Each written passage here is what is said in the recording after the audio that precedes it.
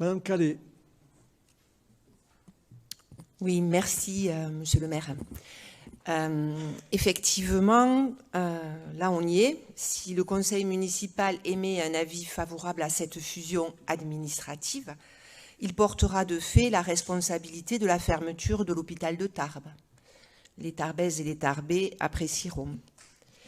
Nous apprenons que la fusion administrative, nécessaire préalable au projet de site unique hospitalier, arrive après une séquence d'informations menées auprès des différentes instances. Dans cette froide mécanique administrative, il n'est jamais question de la vie des citoyennes et des citoyens. Ce processus de fusion répond, on l'a bien compris, aux attentes du Copermo. Cette fermeture est présentée comme inéluctable, seule capable de maintenir une offre de soins, conditionnant l'aide de l'État. Mais les arguments qui nous sont présentés pour cette fusion sont pauvres. On en vient même à l'opposé à la stratégie du privé. Elle conduira de fait à la fermeture de lits. Et s'il ne s'agissait que de fusion, monsieur le maire, vous l'avez bien rappelé, il ne s'agit que de fusion. Mais quand même, on ne peut pas ignorer, en effet, qu'il faut encourager toutes les formes de coopération entre établissements, entre secteurs sanitaires et médico-social, avec la médecine de premier recours et repenser l'organisation de l'offre de soins sur le territoire en confortant la place du service public. La crise que nous vivons nous le rappelle quotidiennement et les soignants le vivent douloureusement. Fusion, on l'a bien compris. Mais quand même, il s'agit de la matérialiser par la construction d'un nouvel hôpital dit hôpital unique, avec ses conséquences désastreuses en termes d'artificialisation des sols. À quoi sert de légiférer avec un plan biodiversité, zéro artificialisation nette, y compris pour les équipements publics? Quelle logique sous-tend le choix de l'implantation à l'âne? L'artificialisation des sols est une des causes premières du réchauffement climatique. Le renouvellement urbain, l'augmentation de la densité des opérations sont des leviers qui peuvent la freiner. À cela s'ajoute la complexité du déploiement de tous les réseaux, assainissement, eau potable, mais aussi les transports pour desservir le site. La présentation, effectivement, nous en a été faite en conseil communautaire en janvier et elle a eu le mérite de rendre visibles ces problématiques et débaucher un coût avec une fourchette allant de 3 à 7 millions d'euros sans répondre à toutes ces interrogations. Le coût de cet hôpital unique, on n'en a pas parlé, a été chiffré à 231 millions d'euros en 2021 avec une projection à 270 millions d'euros en 2028 et il est désormais, dans le contexte actuel, probablement démesuré. Et que deviendront les deux sites laissés vacants? Il faudra des décennies pour leur trouver une hypothétique destination avec des coûts, notamment de gardiennage, y afférents. Nous, Tarbes citoyennes écologiques et solidaires, affirmons depuis toujours que ce projet est inutile et qu'il ne répondra pas aux besoins d'accès aux soins et de proximité de la population tarbaise et au-delà. Moins de lits, moins de soignants. Cette agitation détourne l'énergie nécessaire à la prise en compte réelle de la dégradation de l'offre de soins et des conditions de travail du personnel hospitalier. Cette opposition n'est pas une opposition de principe, elle s'inscrit dans une démarche politique et non opportuniste, s'exprimant au gré des échéances électorales. Nous voterons contre cette fusion administrative préalable à la fermeture de l'hôpital de Tarbes, en l'absence de tout débat citoyen et de propositions alternatives de réhabilitation du site existant. Vous n'avez donc pas de questions à poser à Monsieur le directeur ni à Monsieur Gabastou. Vous êtes venu avec votre texte politique, point final. On n'a pas eu le loisir non plus d'avoir accès à toute cette documentation et on a bien compris que c'était bien une fusion administrative. Avez-vous des questions? Madame Calais, je vous en prie. Merci, monsieur le maire. L'explosion du coût des énergies va non seulement impacter le budget du CCAS et de sa résidence autonomie, mais celui de notre collectivité dans son ensemble. Oui. Cela pose avec acuité la question plus générale de notre capacité à faire face aux enjeux de la transition écologique, en matière notamment de rénovation énergétique et de production autonome d'une énergie décarbonée. Mais aujourd'hui, il va falloir répondre à l'urgence. L'extinction nocturne de 2750 points lumineux vient y contribuer. Mais au-delà, quel va être votre plan d'action, notre plan d'action? Comment allons-nous y faire face sans dégrader le service rendu aux Tarbaises et aux Tarbais? Par ailleurs, l'explosion des coûts de l'énergie, l'inflation galopante, la part des dépenses contraintes, le logement, le transport, les assurances, dans le budget des ménages ne cessant d'augmenter, font basculer dans la précarité nombre d'entre eux et aggravent la situation de ceux qui y sont déjà. Les mesures proposées par l'État sont largement insuffisantes et l'échelon communal sera encore une fois, avec le maillage associatif, le dernier filet de sécurité. Il n'en est pas fait état de manière explicite dans cette délibération, mais pouvez-vous nous dire comment nous allons y répondre? Bien, écoutez, je vous remercie d'aborder ce sujet parce que vous pouvez vous en douter, Madame Calais, c'est un sujet qui nous préoccupe très sérieusement. À tel point que demain, je crois, après-demain, mercredi, nous réunissons tous les chefs de service et les adjoints concernés par les compétences qui leur ont été dévolues et qui collaborent avec ces chefs de service pour parler du plan d'économie que nous allons être impérativement obligés de mettre en œuvre. Impérativement. Et vous dites, Madame Calais, on va être obligé de faire des économies, ce serait bien de les faire sans dégrader le service public. Ce sera impossible. Déjà, quand on éteint une partie des rues de la ville, on dégrade une partie du service public. Alors, je le dis, pour d'autres services, ce sera la même chose.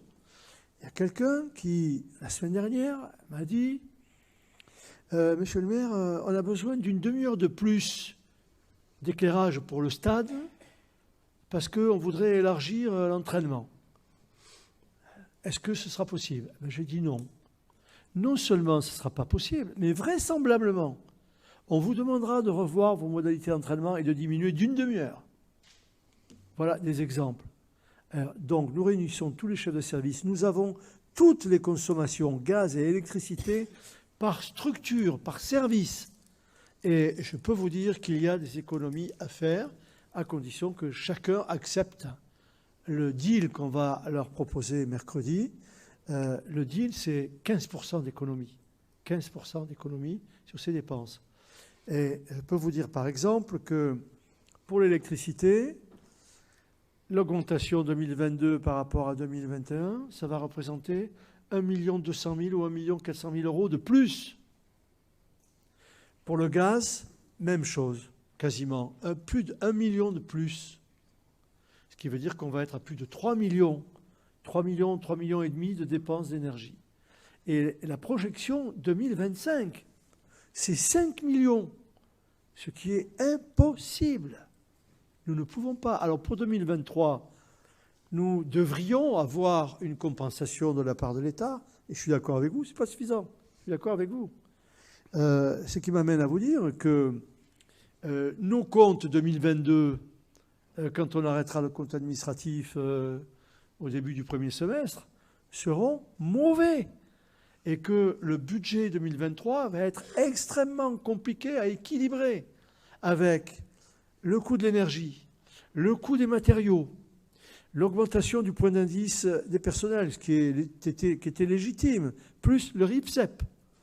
Tout ça représente une augmentation de nos charges de plus de 5 à 6 millions d'euros. Je ne vois pas comment elle va équilibrer, car de l'autre côté, nous ne pouvons pas augmenter nos recettes. Les impôts, on n'a plus que la taxe foncière, je ne veux pas l'augmenter. C'est pour ça qu'on a été amené à augmenter certains services publics, les droits de place, le stationnement, etc., pour avoir quelques recettes supplémentaires. Mais l'avenir est extrêmement compliqué, préoccupant. Vous avez bien fait de poser cette question, je ne peux que vous approuver. Ça va être compliqué, très compliqué. Et je l'ai dit au président de la République quand je l'ai vu, je lui ai dit, je ne sais pas comment nous allons faire le budget 2023. Et à l'époque, on n'était pas sur les trajectoires d'augmentation d'énergie qui sont celles d'aujourd'hui. Voilà. Les 15%, ça ne marche pas pour nous. 15% d'augmentation, c'est pour les particuliers, ce n'est pas pour les collectivités. Alors, si on ajoute à cela certains discours qui consistent à dire il faut que l'État fasse des économies, les collectivités locales aussi, donc on va faire appel aux collectivités locales. Ce qu'on a connu il y a quelques années avec M. Hollande. Diminution des dotations de l'État. Diminution. Puis ensuite, on a eu gel. Et je me demande ce qui va nous tomber dessus encore. Voilà. Ça va être extrêmement préoccupant. J'espère que nous pourrons en parler sereinement tous ensemble. Je vous en prie. Oui, nous allons bien entendu voter pour cette proposition d'augmentation du montant des versés aux intermittentes et intermittents qui travaillent dans les salles de Tarbes. Nous voulons néanmoins sortir notre vote de 2 remarques. D'abord, nous souhaiterions que la prochaine augmentation ne se fasse pas dans 6 ans, parce que la dernière, elle datait de 2016. Vu la violence économique à laquelle on doit faire face, à commencer par les plus précaires, et les intermittents sont par essence précaires, il semble nécessaire que ces montants soient réétudiés, on va dire plus fréquemment. Voilà. Par ailleurs, pour ces questions comme pour leurs conditions de travail, et les conditions de travail des intermittents à Tarbes ne sont pas mauvaises, pour ces questions-là, ce serait bien de mettre les intermittentes et intermittents autour de la table, parce qu'ils ont beaucoup de choses certainement à proposer, à suggérer sur leurs conditions de travail, sur la manière dont fonctionnent les salles tarbaises, et je pense qu'on pourrait s'enrichir de leurs remarques, de leurs propositions, et il n'y a pas de lieu formalisé où on puisse les consulter et discuter avec eux. Donc c'est ce qu'on vous suggère de faire. Merci. Merci de vos suggestions. C'est bien de noter ce qu'on fait, plutôt que de mettre en évidence ce qu'on n'a pas fait depuis 6 ans. Bon, enfin, c'est pas grave.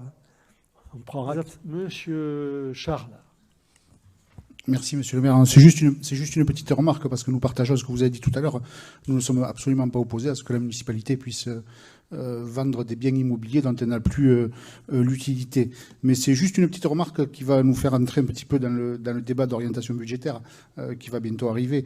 Quand on fait le total des ventes là qu'on a proposées ce soir au conseil municipal, ça représente un peu moins de 1 million d'euros. C'est 991 500 euros. Oui. Donc nous trouvons, mais c'est un débat que l'on aura, qu'on pourrait utiliser cet argent de façon bien utile, notamment en abondant le plan informatique des écoles tarbaises, par exemple, pour éviter que ça se fasse sur plusieurs exercices budgétaires. Cet argent nous sera bien utile, parce que dans le contexte actuel, augmentation des charges et pas des recettes, le montant de l'autofinancement va diminuer. Et si on veut, pour financer nos investissements, il y a l'autofinancement en premier, les subventions et les emprunts. Et subsidiairement, les recettes que nous procure la cession d'éléments immobiliers. Et bien là, effectivement, ces cessions successives viendront conforter le financement de nos investissements, et ce sera bien utile car l'autofinancement va sérieusement diminuer. Et c'est pour ça aussi que je vous l'annonce par avance. Le montant des investissements en 2023 va considérablement diminuer par rapport aux autres années. Heureusement que nous avons investi comme nous l'avons fait au cours des dernières années avec des taux d'intérêt qui étaient inférieurs à 1%. Heureusement que nous avons fait tout cela. Maintenant, le robinet va être fermé. On ne procédera qu'à l'investissement indispensable, et puis, sauf quelques projets nécessaires, mais ça va considérablement diminuer. Alors, effectivement, ce qui est vendu aujourd'hui ne pourra pas être vendu demain, mais on aura d'autres occasions, je l'espère, de trouver les ressources nécessaires à nos bons fonctionnements et au financement de nos projets.